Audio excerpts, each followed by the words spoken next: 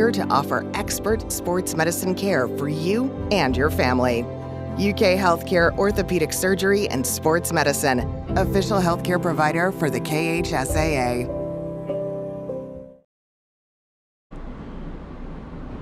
Welcome in, Coach Wes Johnson from Paul Arch Dunbar, and thanks for participating in the 2022 Pressman Football Preview. We're here at the Whitaker Bank Broadcast Studio at Rafferty's Restaurant. Thanks to everyone for tuning in the Pressman Football webcast as we start the football season. I want to introduce Coach Meehan. How you doing? Doing great. Great night. Great last night. 4 good coaches coming in tonight. And King of Stream. And Rob Ullery from UK Sports Medicine, our title sponsor. And Dylan. And Dylan, that's right. Daughter of Coach Johnson. We'll be remiss if we didn't mention her. Coach, welcome to the show. Hey, thanks for having me on. What a great setup you got here. It is a great setup. Talk to us about your upcoming schedule this year. Well, obviously we've got a real tough schedule to come out of the gate with. 3 of our first 5 opponents were in the state semifinals last year, the state championship game. So, it's obviously front loaded for us, but it's exciting. That's when you kind of get to see what your team has and stacked up against some of the best teams in the state of Kentucky. I believe your first game on the 19th, you play one of your rivals, East Jessamine, don't you? That's right. That's right. I've played West Jessamine my first few years here. Got into their bowl. With COVID, we hit or miss there the first couple of years with that, and I always love to just kind of come back and be in Nicholasville and Wilmore and support those 2 programs as much as I can, and just being in their bowl game is an honor, and it's just kind of fun to get back on that field. That's where I played high school football. Right. Was West Jessamine, which is where the game is, this year. Right. How did your scrimmage go last week? Oh, we had a great scrimmage. Really found out a lot about our team. And in some ways we're kind of ahead of where we were in the past few years, and I think that's attributed a lot to the work that we were able to get in, before the season and in the winter, where the past few years we haven't been able to do that, with the restrictions and things going. So, really we're able to gain some momentum and really, get the teaching aspect of football in before we hit the field, and so that really showed up on Friday. We had a 4-team, grid. And you get to see a lot of different types of football. We had Southwestern and Franklin County and Oldham County, so we have quite a few things going on, schemes and things that you got to see that night. Yeah, that's a really good idea to do that. Your kids get a different look too from everybody. Different person playing over them and so on. One of the things I mentioned to Gary and William, we start doing this. We got to talk a little bit about your assistant coaches, because I know from coaching, these guys, they help build your program. Just talk a little bit about them and maybe name who you have. We have a lot of guys that put in a ton of work. My defensive coordinator is Rodney Bird. He's a veteran in Fayette County. Been teaching in Fayette County for a long time. Had stops at Tate's Creek, for a while. Was out at West Jessamine a little bit, and I brought him up with me about 3-4 years ago. He came up after my second year there at Dunbar to come up to be my defensive coordinator. Zach Tibbs is my offensive coordinator. He's a first-year coordinator, but just a great young coach, great bright mind, spends a lot of time and really trying to put together the best for our kids, and really a comprehensive coach, covers all parts of the game. We have one guy left over from the previous staff, Jimmy Lee. He's our JV head coach and also coaches our running backs. Just a great guy. He also does Young Life for Dunbar as well, so he's just great in our community. Got a guy this year, Zach Dampier. He was the quarterback at Georgetown, played under Cronin, and is our quarterbacks coach. Great first-year young guy. Tavon Dunn is our defensive backs coach. Does our weight program and some of our strength conditioning. He played at Tate's Creek, actually. Have Chaz Pardue. His dad was special teams coach under Joker Phillips, and is kind of a Hall of Fame coach down in Georgia, so he's got a good coaching lineage behind him. Got Ryan Timmons, who played at UK, is obviously our pass game coordinator. Does a great job with our receivers. I have a new guy, Coach Lewandowski. Jordan comes coaching a lot of different things, and he coaches our safeties, our overhang safeties there. And let's see, I know I'm going to forget somebody. Don't forget Dylan. Well, Dylan is it. She questions everything I do when I come home on Friday night, and just like the movie that's right. that we all talked about. Remember the Titans. Remember the Titans. Coach Yost's daughter. And so this is kind of my Coach Yost's daughter. Is she comes home and she knows all about it, and she spends a lot of time at the football field, and the guys really enjoy having her around, and she's gotten to know some of the football players, and she runs around with the cheerleaders, and it's a family. It's a family event. thing. That's good. Hey, listen, let's talk a little bit about this year, but first of all, mention some players that graduated, that left, that you had to replace. Well, our two big ones were Sam and Cy Turley. I kind of call this the post-Turley era. They were twins, and so I got 2 for 1 there. One of them is playing at Georgetown this coming year. The other one, could have played wherever he wanted to, but decided he just wanted to, go to school and college. And both of them are great kids. Lost 3 offensive linemen total. So those 2, and then I had Drew McConnell, who I lost as well, who was really a utility guy. Played a lot of different spots on the line. I had lost Kamarion Robinson. Was the first team All-City running back last year. Really just came on and did a wonderful job for us.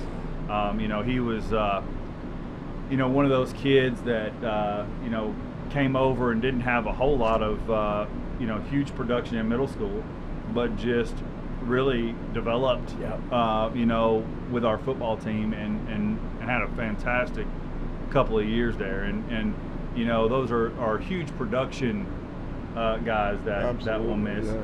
But all great leaders as well. And I think that's one thing that we're finding now is who's going to step up in those leadership roles when they. Coach, you have about 3 or 4 weeks to find out about this team before your first real game. Yeah.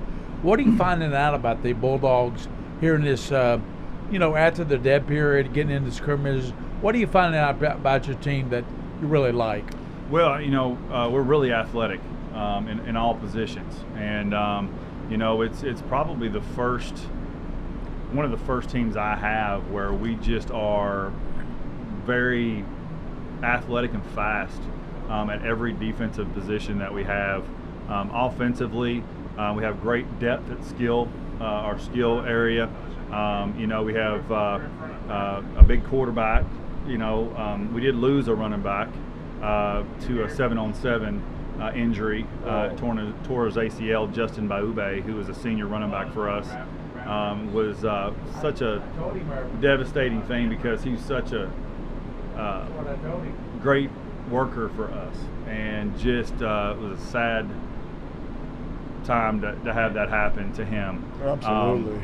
So we really feel for him.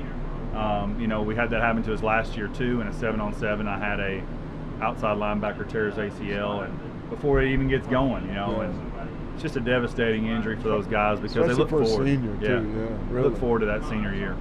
Let's talk a little bit about your team this year. Let's start on offense. Start at quarterback and then go through the backfield. And sure. What do you think? Your strengths and weaknesses are. And so well, I believe our strengths are skill kids, which doesn't mean that. And I say that because we have depth. I think our offensive line is a great offensive line. We're young. We have a couple of young guys that are filling in, or guys that don't have the experience because we did lose 3 starters. Yeah. But my 2 starters coming back, Kendall Wills, has been a starter for 3 years.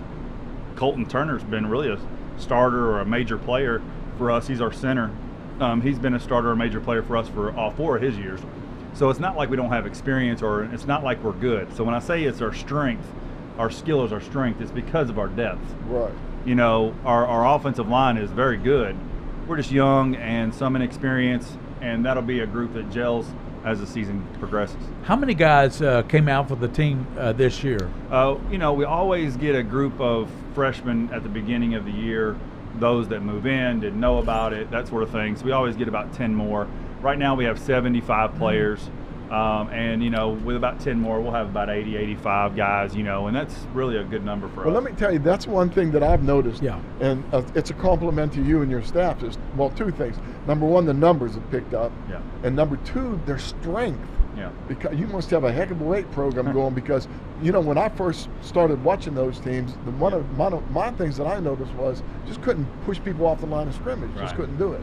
Well, we've really devoted a lot to our strength and program, and that's one thing that when my first mandatory weightlifting event happened my first year at Dunbar, I think like 7 people showed up, and you had to start creating incentives, and because we don't have in-school weightlifting, we don't have 0 hour, we don't have any of that stuff.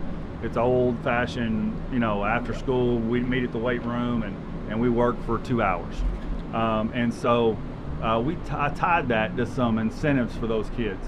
If they were there 90% of the time, they got to pick their number in their locker for the next year when we started spring ball. Well, then everybody came. Because that was extremely important. Because they wanted that number. They wanted that number and they wanted the locker. So, when you started tying real legit things in that they really cared about, it started to mean something a little bit. And now we'll have, 60 guys in there in the winter. And very rarely have people miss. Well, I've noticed that you've changed the culture there at Dunbar. I talked to a lot of coaches. The coaches last night told us that, especially Hawkins at Bryan Station, Philip said that he had to sort of instill a new culture at Bryan Station. Yeah. Now they got 100 kids out for the football team. That's what it's all about. You got the numbers to compete with the Trinities, the St. X's, and the males. Yeah, and that's really... one of the things that we're trying to do is build those kind of numbers. I don't know if we'll ever have 100. I just don't. I don't know if our feeders, the way we're set up, I just don't see 120 kids coming or 110 kids. But for us, 95 would be great. 90 would be good. But I'm really, really happy with 80. Yeah. I think it becomes a practice problem when you have a whole lot. Yeah. And you got too many kids standing around, people not really participating. And how can you play 70 JV kids in a JV game the last 10-minute quarter? I mean, I don't know how those coaches get everybody in. And, one of the problems that you'll never have at Dunbar is that we don't play enough. What I hear is maybe they play too much. And that's a good problem to have with kids that have too much playing time rather than none. Let's talk about your quarterback. Okay. Yeah. So actually, we have 2. Right now we have Ethan Thiel. He's a 6'5" junior. Really just a good size. Very good size. Yeah. Great pro style quarterback. And he'll deceive you in his running ability.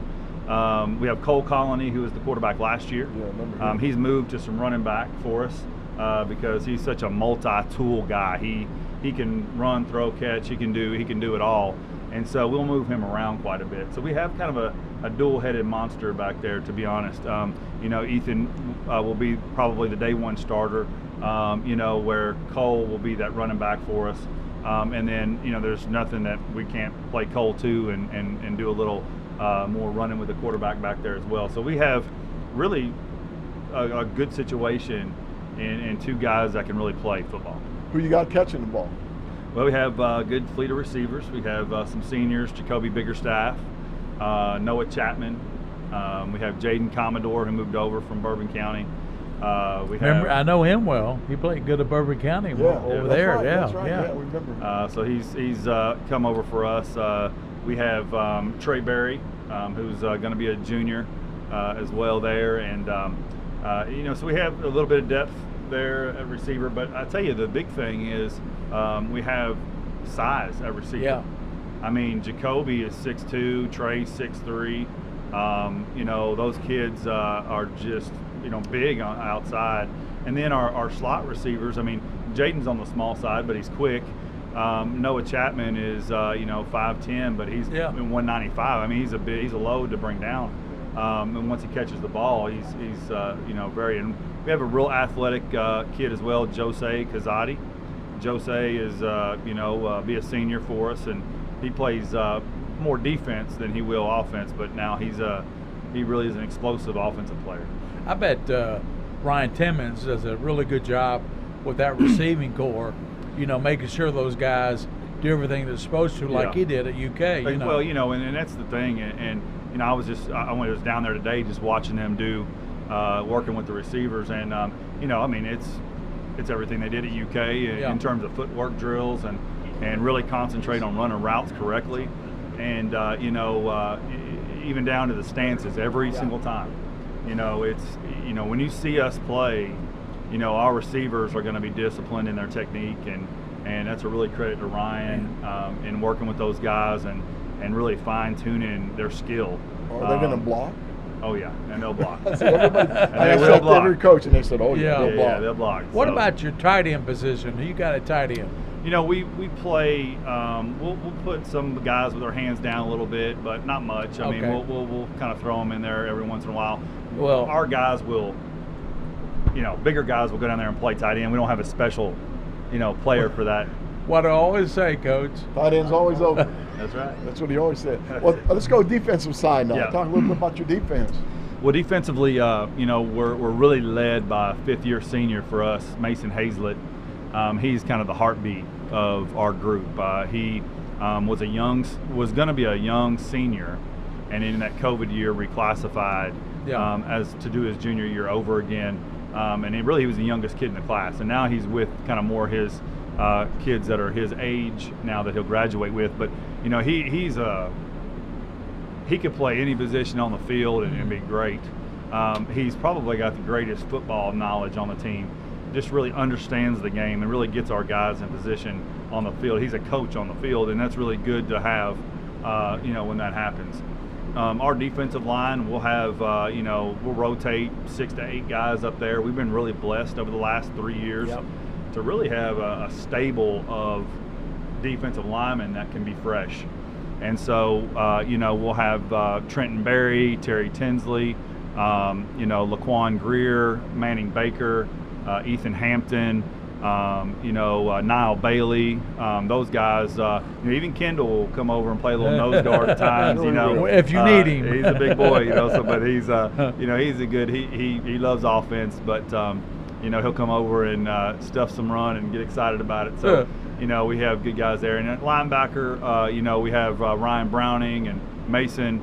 We have Laz Bowman. Jose Kazadi plays inside for us. So we're a 3-5-3. So it really suits what we do because Dunbar, when I got there, I looked around and we didn't have big guys. We had some nice size guys, but the depth of the line was my concern. And so our defensive ends will be really athletic, almost tight end type looking guys. And then we'll have a nose that'll anchor it down. But we have 2 safeties, Kyan Miller. We have 4 we'll rotate in, but Kyan Miller, really good outside linebacker, 6'3", about 190. Colton Turlington, who's be a junior for us, just a really hard-nosed kid. He'll play our weak side linebacker. Our secondary will be Desmond Duncan. We'll have Grant Angel play there. Jacoby Biggerstaff will play there. Caleb Nelson will play there. So we have a lot of big rotation there for them.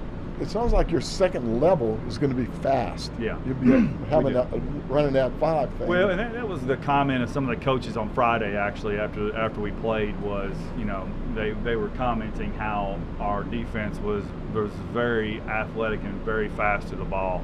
And, that was good to hear from other coaches, and that sort of thing. So it was good. What about your special teams?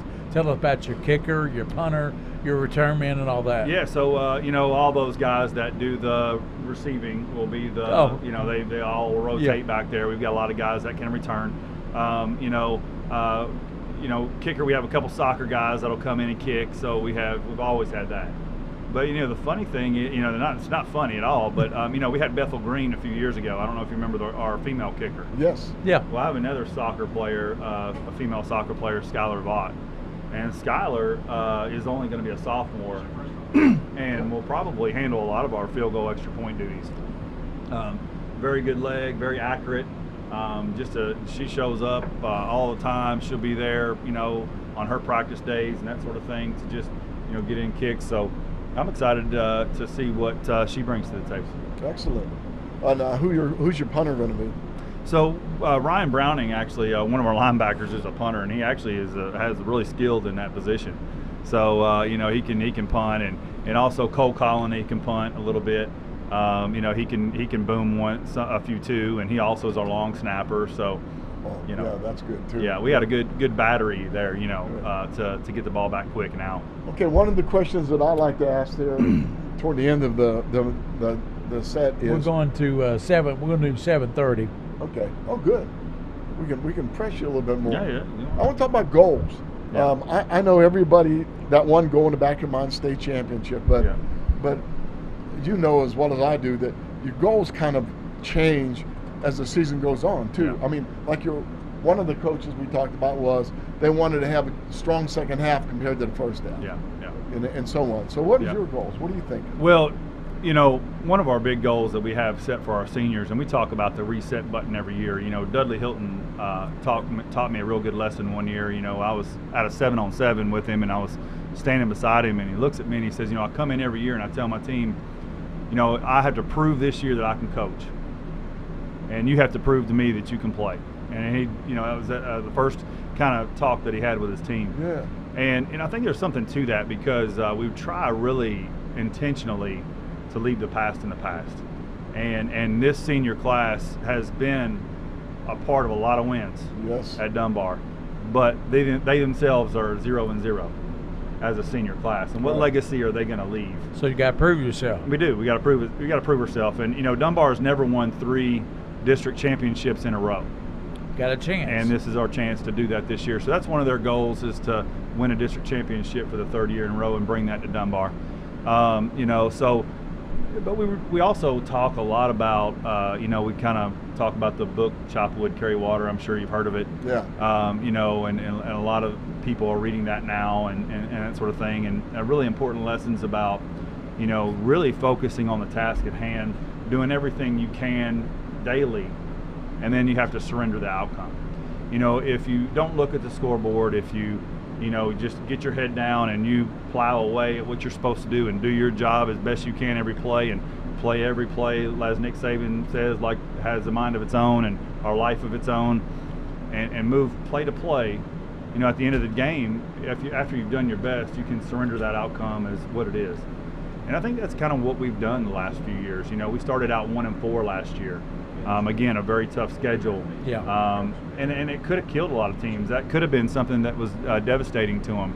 But I think Belfry also started out like 0-6 or 0-5. Yeah, you're right. And then wins the state championship.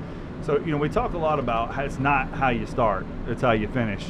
And all my teams, and I think this is a testament to our coaches, we are a much better football team at the end of the season than we are at the beginning. And it's not that we're bad at the beginning. It's that they get better and better as the year goes along, and we finish strong. And that's really kind of been something, that we've hung our hats on. And you also develop those players too, your assistant coaches and you yourself. It's okay to have good athletes. Yeah. And speed. Yeah. But you have to develop them as the time goes on. So I've noticed that with your teams, that from their sophomore year to their senior year, they've really improved as football players. And a lot of that, it goes back to a decision I made 2 years ago to not play a freshman schedule. And, a lot of times that's controversial, and people are like, well, I can't believe you can't play a freshman schedule. Well, I'll have 25 to maybe 28 freshmen come out. My issue is that I'll have 18 wide receivers. Yeah.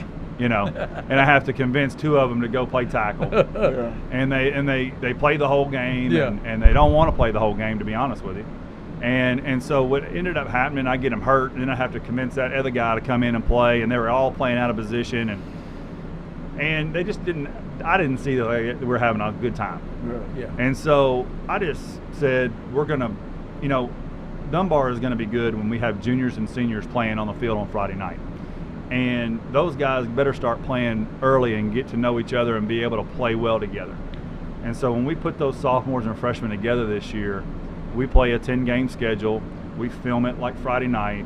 We have film with them, and break down the film with those guys. We treat everything like they're the varsity football team. Because, when I first got to Lexington, a lot of the JV games were canceled. And to me, that didn't make a whole lot of sense because they were the ones that were up next.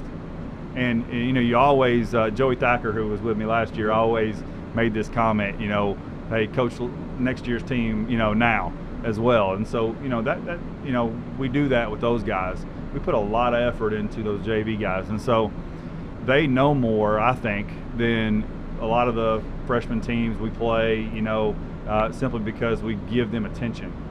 And we really put a lot of emphasis on that player development because,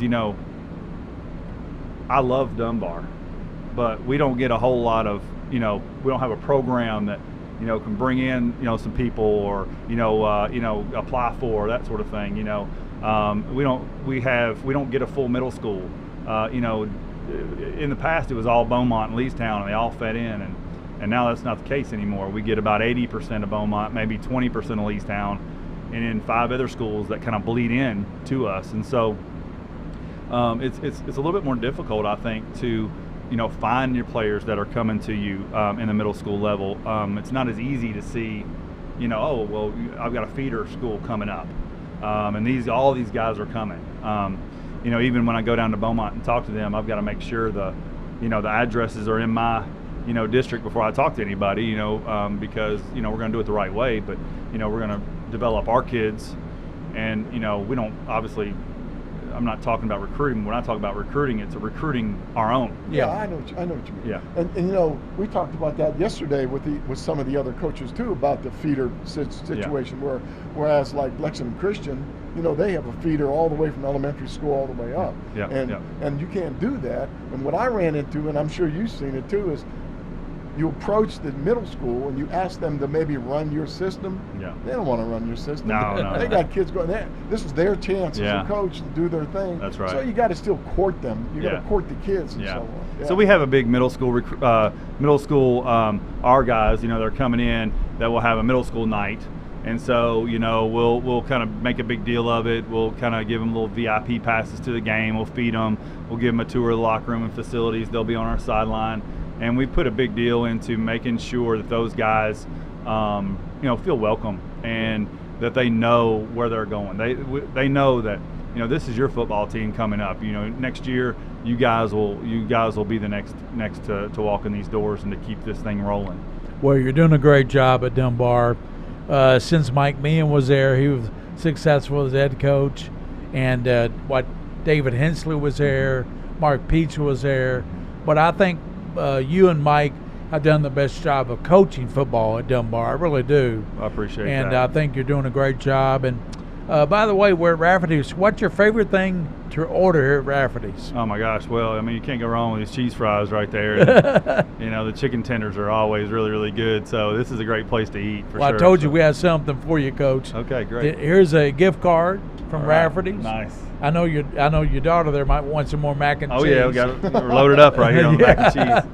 Well, we thank you for coming on, and appreciate you. It's been great, and we'll see you. We'll try to get you on Prep Spin this year. And it'd be great. Looking forward to it. And anything else, Coach? Anything we didn't ask you that you want to talk about? Not really. I think you guys hit on a lot of it. We're just really excited about this season and what we can turn into. I think that's the thing. We're a team under construction, and it's a lot of fun to see what we turn out to be. Well, we hope you build a mansion at Dunbar this year. We appreciate you. Thanks so much. That's Wes Johnson is the outstanding coach at Paul Ernst Dunbar. And we'll come back, and Doug Charles, I think he'll make his way out here, won't he, William? He's trying. Doug Charles is making his way out here and at the Rafferty's restaurant. We also have, tonight we have John Lawson from Lafayette, and we have Chad Pennington from Sarah, and we have Rob Ullery from UK Sports Medicine. Might talk with him when we get back. We'll be back on Prep Spin with the Coaches Preview Show from Rafferty's Restaurant.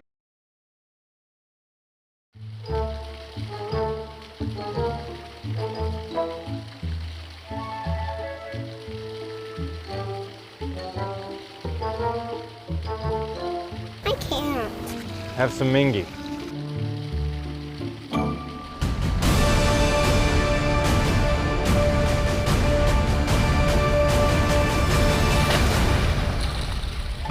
This is a Mingy moment. Neighbor helping neighbor. At Whitaker Bank, we believe in giving back to our communities. Through our many sponsorships, we help provide our fellow Kentuckians with family-friendly fun and events, and scholarships to help students reach their dreams. We're invested in Kentucky, and more importantly, in you. Whitaker Bank understands our communities and its people because we're from here. Whitaker Bank, uniquely Kentucky. Same MRI, same CT scan. Same items, different prices. So why would you pay more for the same thing? Lexington Diagnostic Center and Open MRI can save you 30 to 60% compared to the costs of local hospitals. We have a state-of-the-art facility in the Lexington area. We believe that every patient deserves the best in affordable, quality care. Avoid surprise billing. Come to Lexington Diagnostic Center. Imaging focused on you. High school sports are as American as apple pie. And going to a game or meet is a chance to see the stars of tomorrow shine today.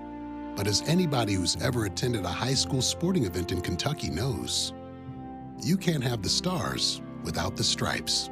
High schools are currently looking for new officials in almost every sport. Who looks good in stripes? Anybody looking for a way to stay connected to a sport they love.